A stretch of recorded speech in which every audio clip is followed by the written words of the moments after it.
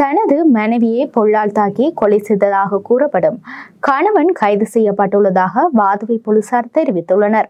வாதுவை பொத்துப்பிட்டிய பிரதேசத்தைச் சேர்ந்த மனைவியை கொலை செய்யப்பட்டுள்ளார். குடும்ப தகராறு காரணமாக இந்த தாக்குதல் இடம்பெற்றுள்ளதாக போலீசார் தெரிவித்துள்ளனர்.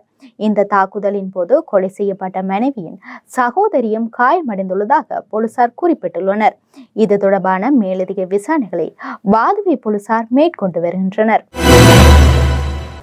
ஜனாதிபதி தேர்தலில் போட்டியிடும் தேசிய மக்கள் சக்தியின் தலைவர் சஜித் பிரேமதாசவை ஆதரித்து மட்டக்களப்பு நகர் பகுதியில் இரவு வேளையில் சுவரொட்டிகளை ஒட்டி கொண்டிருந்த இருவர் கைது செய்யப்பட்டு பிணையில் விடுதலை செய்யப்பட்டுள்ளனர்.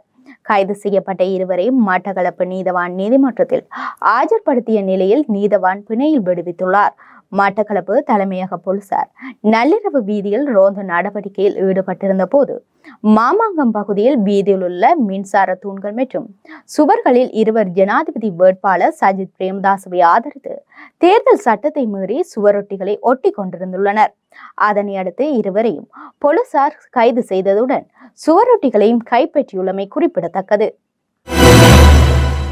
எந்த ஒரு முறையிலும் உடல் ரீதியிலான தண்டனையை தடை செய்யும் வகையில் தண்டனை சட்டம் திருத்தப்பட்டு அதற்குரிய சட்டத்தை உருவாக்குவதற்காக கடந்த 29ஆம் தேதி நடைபெற்ற அமைச்சரவை கூட்டத்தில் ஒப்புதல் அளிக்கப்பட்டுள்ளது.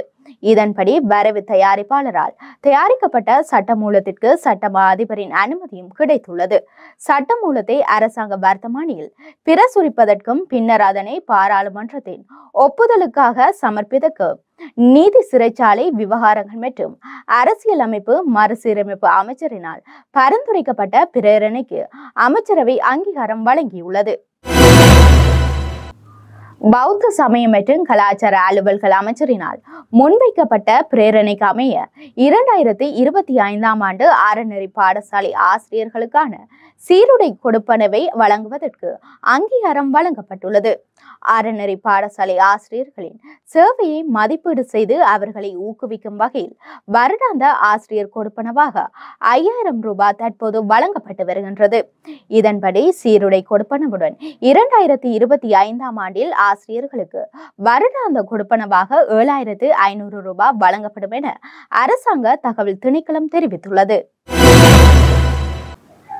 கொலை மற்றும் திருட்டு சம்பவங்களுடன் தொடர்புடைய சந்தேக நபர் ஒருவர் கைது செய்யப்பட்டுள்ளதாக பேலியகொடை போலீஸ் குற்றப்புலனாய்வு பிரிவினர் தெரிவித்துள்ளனர். பேலியகொடை போலீஸ் குற்றப்புலனாய்வு பிரிவினருக்கு கிடைத்த தகவலின் பேரில் மேற்கொள்ளப்பட்ட சுற்றி வளைப்பில் சந்தேக நபர் கிரிபத் கொடை பிரதேசத்தில் வைத்து கைது செய்யப்பட்டுள்ளார். வத்தலை பிரதேசத்தைச் சேர்ந்த 45 வயதுடைய நபர் ஒருவரை கைது செய்யப்பட்டுள்ளார். ஹடவத்தை பிரதேசத்தில் இடம்பெற்ற கொலை சம்பவம் ஒன்று தொடர்பிலும் ராகம பிரதேசத்தில் இடம்பெற்ற திருட்டு சம்பவம் ஒன்று தொடர்பிலும் சந்தேக நபருக்கு எதிராக ஹம்பகா மேல் நீதிமன்றத்திலும் ஹம்பகா நீதவான் நீதிமன்றத்திலும் இரு வழக்குகள் உள்ளதாக போலீஸ் விசாரணையில் தெரிய வந்துள்ளது. இது தொடர்பான மேலதிக விசாரணைகளை பேலியகொடை போலீஸ் குற்றப்புலனாய்வு பிரிவினர் மேற்கொண்டு வருகின்றனர். பதுளை பிரதேசத்தில் போதை மாத்திரைகளுடன் சந்தேக நபர் ஒருவர் போலீஸ் விசேட அதிரடிப்படையினரால் கைது செய்யப்பட்டுள்ளார். போலீஸ் விசேட அதிரடிப்படையினருக்கு கிடைத்த தகவலின் பேரில் மேற்கொள்ளப்பட்ட சுற்றி வளைப்பில் சந்தேக நபர் கைது செய்யப்பட்டுள்ளார். பதுளை உடுவர பிரதேசத்தைச் சேர்ந்த 58 வயதுடைய நபர் ஒருவரை கைது செய்யப்பட்டுள்ளார். கைது செய்யப்பட்ட சந்தேக நபரிடமிருந்து 831 போதை மாத்திரைகள் கைப்பற்றப்பட்டுள்ளன. இதனை அடுத்து சந்தேக நபர் மேலதிக விசாரணைகளுக்காக பதுளை போலீஸ் நிலையத்தில் ஒப்படைக்கப்பட்டுள்ளார். இது தொடர்பான மேலதிக விசாரணைகளை பதுளை போலீசார் மேற்கொண்டு வருகின்றனர். நாவல போவதென நீர்த்தேக்கத்தில் வான்கதவு திறக்கப்பட்டதன் காரணமாக அம்பன் கங்கையின் நீர்மட்டம் உயர்ந்துள்ள வேளையில் மொரகல பிரதேசத்தில் நீராடச் சென்ற 2 பெண்கள் நீரில் அடித்துச் செல்லப்பட்டுள்ளனர். எவ்வாறாயினும் இது தொடர்பில் நாவல போலீசாருக்கு அறிவிக்கப்பட்டதை அடுத்து உடனடியாக செயற்பட்ட போலீஸ் உத்தியோகத்தர்கள் நீர்த்தேக்கத்தின் நீரை கட்டுப்படுத்தியுள்ளனர். பின்னர் தம்புள்ளை போலீஸ் உயிர்காப்பு படையினர் வரவழைக்கப்பட்டு நீரில் மூழ்கிய 2 பெண்களையும் மீட்டு முதலுதவி செய்து பெற்றோரிடம் ஒப்படைத்துள்ளனர். விபத்தில் சிக்கிய 2 பெண்களும் ஹொங்கஹவல மற்றும் காகம பகுதியைச் சேர்ந்த 20 மற்றும் 25 வயதுடையவர்கள் என போலீசார் தெரிவித்துள்ளனர். எதிர்வரும் தேர்தல் அனைவரும் ஒன்றிணைந்து நாட்டை கட்டியெழுப்பும் தேர்தல் என தேசிய மக்கள் சக்தியின் ஜனாதிபதி வேட்பாளர் அனுரகுமார் திசாநாயக்க தெரிவித்துள்ளார். அம்பாறை பிரதேசத்தில் இடம்பெற்ற பேரணியில் கலந்து கொண்ட போதே அவர் இதனை குறிப்பிட்டுள்ளார். இங்கு மேலும் கருத்து தெரிவித்த அனுரகுமார், உரம் தேவைப்படும் போது ரணில் வீட்டில் இருந்தார். எனினும் நாங்கள் விவசாயத்திற்கு பலமான வேலை திட்டத்தை நடைமுறைப்படுத்துவோம். நாம் அனைவரும் ஒன்றிணைந்து இந்த நாட்டை கட்டியெழுப்புவோம். இந்த தேர்தல் நாட்டை நாம் ஒன்றிணைந்து கட்டியெழுப்பும் தேர்தலாகும் என்று கூறியுள்ளார். ஜனாதிபதி தேர்தலை முன்னிட்டு எதிர்வரும் 21 மற்றும் 22ஆம் தேதிகளில் அனைத்து மதுபான சாலைகளும் மூடப்படும் என மதுவரி திணைக்களம் தெரிவித்துள்ளது. தேர்தல்கள் ஆணைக்குழுவின் கோரிக்கைக்கு அமைய இந்த நடவடிக்கை மேற்கொள்ளப்படும் என மதுவரி ஆணையாளர் நாயகம் MG குணஸ்ரீ தெரிவித்துள்ளார். மதுபானங்களை சில்லறைக்கு விற்பனை செய்யும் அனைத்து இடங்களும் 21 மற்றும் 22ஆம் தேதிகளில் மூடப்படும் என அவர் மேலும் குறிப்பிட்டுள்ளார். ஹரந்தனிய போலீஸ் பிரிவுக்குட்பட்ட அம்பலாங்கொடை எல்பட்டிய வீதியில் இடம்பெற்ற விபத்தில் ஒருவர் உயிரிழந்துள்ளதாக ஹரந்தனிய போலீசார் தெரிவித்துள்ளனர். எல்பிட்டியவில் இருந்து அம்பலாங்கொடை நோக்கி பயணித்த மோட்டார் சைக்கிள் ஒன்று எதிர் திசையில் பயணித்த மற்றும் ஒரு மோட்டார் சைக்கிளுடன் மோதியதில் இந்த விபத்து இடம்பெற்றுள்ளது. விபத்தின் போது எதிர் திசையில் பயணித்த மோட்டார் சைக்கிளின் பின்புறத்தில் அமர்ந்திருந்த நபர் ஒருவர் படுகாயமடைந்த நிலையில் வைத்தியசாலையில் அனுமதிக்கப்பட்ட நிலையில் உயிரிழந்துள்ளார். ஹரந்தனிய பிரதேசத்தைச் சேர்ந்த 41 வயதுடைய நபர் ஒருவரை உயிரிழந்துள்ளார். இதனை அடுத்து எதிர் திசையில் பயணித்த மோட்டார் சைக்கிளின் செலுத்துனர் போலீசாரால் கைது செய்யப்பட்டுள்ளார். இது தொடர்பான மேலதிக விசாரணைகளை ஹரந்தனிய போலீசார் மேற்கொண்டு வருகின்றனர். மகியங்கனை தம்பராவ பகுதியில் இடம்பெற்ற விபத்தில் 4 படுகாயமடைந்துள்ளதாக மகியங்கனை போலீசார் தெரிவித்துள்ளனர். மகியங்கனை தம்பராவை விகாரைக்கு அருகாமையில் காரும் முச்சக்கர வண்டியும் மோதிக்கொண்டதில் இந்த விபத்து இடம்பெற்றுள்ளது. இதில் 4 படுகாயமடைந்து மகியங்கனை வைத்தியசாலையில் அனுமதிக்கப்பட்டுள்ளதாகவும் அவர்களுள் 2 நிலை கவலைக்கிடமாக உள்ளதாகவும் மகியங்கனை போலீசார் தெரிவித்துள்ளனர்.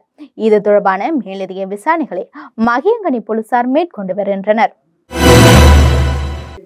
ஜனாதிபதி தேர்தலின் போது மோசடியான வாக்குகளை அல்லது அதற்கு ஆதரவளிப்பவர்களுக்கு அபராதம் விதிக்கப்படும் என தேர்தல் ஆணைக்குழுவின் மேலதிக ஆணையாளர் சிந்தக குலரத்ன தெரிவித்துள்ளார். தேர்தல் ஆணைக்குழுவின் மேலதிக ஆணையாளர் சிந்தக குலரத்னவின் கூற்றுப்படி தேர்தல் தொடர்பில் உயர் நீதிமன்றத்தால் குற்றம் நிரூபிக்கப்பட்ட ஒரு நபருக்கு 12 மாதங்களுக்கும் மேலான சிறை தண்டனை அல்லது 2 லட்சம் ரூபாய் அபராதம் விதிக்கப்படும். இந்த குற்றச்சாட்டில் குற்றம் நிரூபிக்கப்பட்ட ஒருவர் 7 ஆண்டுகளுக்கு வாக்காளர் பட்டியலில் பதிவு செய்யப்படாமல் இருக்கவும் தேர்தலில் வாக்களிப்பதற்கு தகுதியற்றவர் எனவும் அறிவிக்கப்பட்டுள்ளது. மேற்படி சட்டத்தில் 2023 கொண்டுவரப்பட்ட திருத்தத்தின் அடிப்படையில் அபராதம் அதிகரிக்கப்பட்டுள்ளது.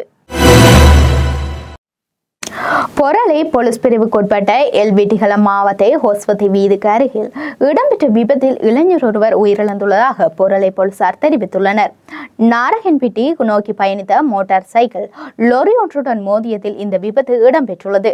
விபத்தின் போது மோட்டார் சைக்கிள் செலுத்துனர் லொரிக்கடியில் சிக்கி படுகாயம் அடைந்துள்ள நிலையில் கொழும்பு தேசிய வைத்தியசாலையில் அனுமதிக்கப்பட்ட பின்னர் உயிரிழந்துள்ளார்.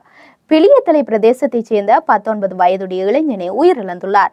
இதனையடுத்து லோரியின் சாரதி சந்தேகத்தின் பேரில் கைது செய்யப்பட்டுள்ளார். இது தொடர்பான மேலதிக விசாரணைகளை பொரளை போலீசார் மேற்கொண்டு வருகின்றனர். எதிர்வரும் 21ஆம் தேதி நாட்டின் 9வது ஜனாதிபதி தேர்தல் எதிர்வரும் 21ஆம் தேதி நடைபெறவுள்ள நிலையில் கடந்த வியாழக்கிழமை வரையான காலப்பகுதியில் தேர்தல் சட்டமீறல்கள் தொடர்பில் 240 முறைப்பாடுகள் போலீசாருக்கு கிடைக்கப்பெற்றிருப்பதாகவும் அவற்றுடன் தொடர்புடைய 67 சந்தேக நபர்கள் ஏற்கனவே கைது செய்யப்பட்டிருப்பதாகவும் போலீஸ் ஊடக பேச்சாளர் பிரதி போலீஸ் அதிபர் சட்டத்தரணி நிகால் தல்துவ தெரிவித்துள்ளார். எல்பிட்டிய பிரதேச சபை தேர்தலில் போட்டியிடும் வேட்பாளர்கள் செலவிடக்கூடிய தொகை தொடர்பான வர்த்தமானி அறிவித்தல் எதிர்வரும் காலங்களில் வெளியிடப்படும் என தேர்தல் ஆணைக்குழு தெரிவித்துள்ளது. காலி மாவட்ட செயலகத்தில் இடம்பெற்ற விசேட கலந்துரையாடலின் பின்னர் ஊடகங்களுக்கு கருத்து தெரிவிக்கும் போதே தேர்தல் ஆணைக்குழுவின் பணிப்பாளர் நாயகம் சமன் ஸ்ரீ ரத்நாயக்க தெரிவித்துள்ளார். சர்வதேச தேர்தல் கண்காணிப்பு அமைப்புகளைச் சேர்ந்த 71 பிரதிநிதிகள் இலங்கை வருகை தந்துள்ளனர்.